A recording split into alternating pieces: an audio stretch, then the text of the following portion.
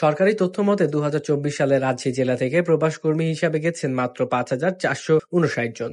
বিপরীতে চট্টগ্রাম, কুমিল্লা বা ব্রাহ্মণবাড়িয়া সহ বিভিন্ন জেলা থেকে যাওয়ার সংখ্যা অনেক বেশি। বিদেশি জনশক্তি রপ্তানির সংখ্যা বিবেচনায় রাজশাহীর অবস্থান এগণ্যতম। এমনকি উত্তরবঙ্গের জেলাগুলোর মধ্যেও তুলনামূলক পিছিয়ে রাজশাহী। এমন বাস্তবতাকে সামনে রেখে রাজশাহীতে আয়োজন করা হয় এই সেমিনার। দক্ষতা উন্নয়ন ও কর্মসংস্থানের জন্য পিছিয়ে পড়া জনগোষ্ঠীর সাথে জনসংযোগ। মূল প্রবন্ধে জেলা কর্মসংস্থান ও জনশক্তি অফিস থেকে বলা হয়, উত্তরবঙ্গে মানুষ অভিবাসনের সুযোগ, তথ্য ও দক্ষতার দিক থেকে এখনো অনেকটাই বঞ্চিত। অনেকেই যাচ্ছেন অনিরাপদ পথে, পড়ছেন দালাল চক্রের ফাঁদে।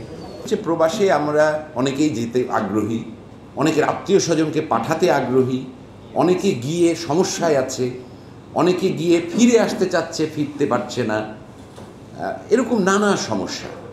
তো আমরা চেষ্টা করব আপনাদের পেইনটা কমানোর, এবং আমার মনে হয় যে ২-৪ জনের কিছু উপকার হতেও পারে, হয়তো কিছু বেসিক তথ্য আপনারা পেতে পারেন।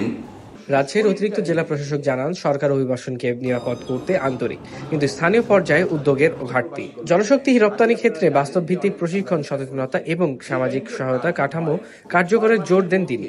এখন সরাসরি গিয়ে কথা বলার ওরকম যুগ নেই। এখন আপনি অনলাইন ভিত্তিক তথ্য আদান প্রদানটা বেশি হয়। আপনারা এটা করতে পারেন, তাহলে আপনার যারা ফ্রেন্ড লিস্টে আছে, পরিচিত লোকজন যারা আছে, পর্যায়ক্রমে জেনে যাবে। খুব গুরুত্বপূর্ণ আলোচনা হয়েছে। সেমিনারে অংশ নেন কারিগরি প্রশিক্ষণ কেন্দ্রের প্রতিনিধি, রাজনৈতিক দল, শ্রমিক সংগঠন নেতা ও নারী উদ্যোক্তা সহ বিভিন্ন অংশীজন। দক্ষতা হোক সবার, নিরাপদ হোক অভিবাসন, এমন প্রত্যাশার কথা জানান বক্তারা। আলামিন মাহি, স্কাই বাংলা, রাজশাহী।